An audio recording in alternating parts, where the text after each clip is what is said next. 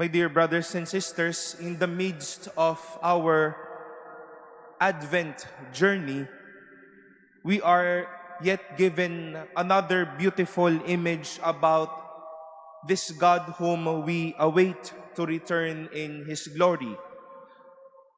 Our readings today and even from the past days seems not to disturb us, but wishes our consolation and our assurance.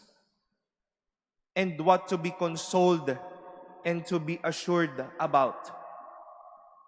That although this God whom we await is strong, almighty, and great, this God will always be our source of healing, of warmth, and of rest.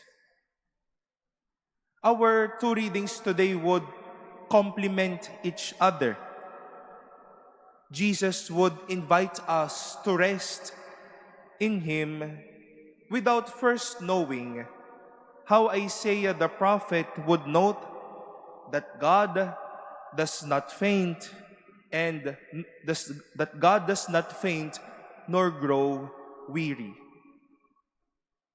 May lakas siya, hindi siya mahina, kaya niya.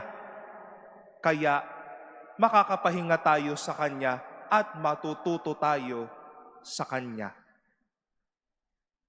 Earthly rests, my dear brothers and sisters, may fail.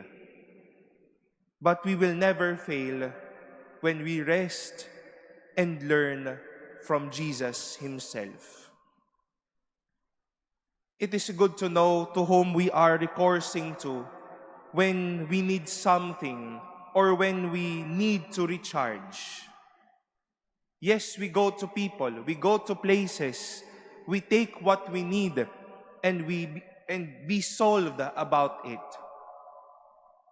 Pero po di ba madalas may kulang pa din, may wala pa din, may hinahanap pa din tayo.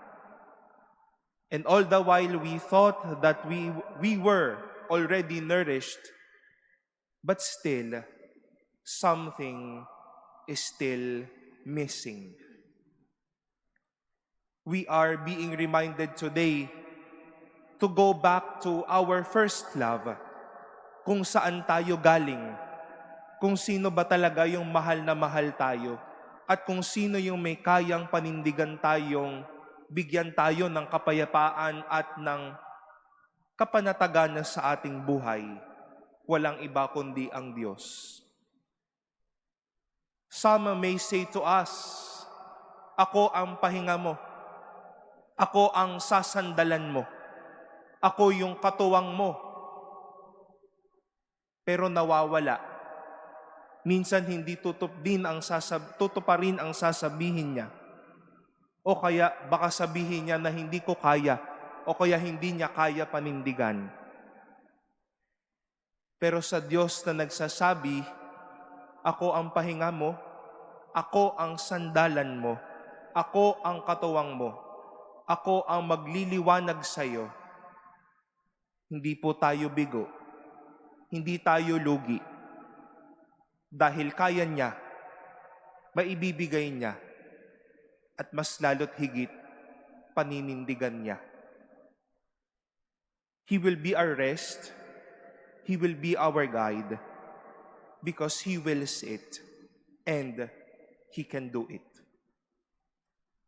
My dear brothers and sisters, as we celebrate today as well the feast of Saint Lucy, we ask her prayers to enlighten our eyes and our heart so that we can see and know where to put our heads and be assured that God can really do His best.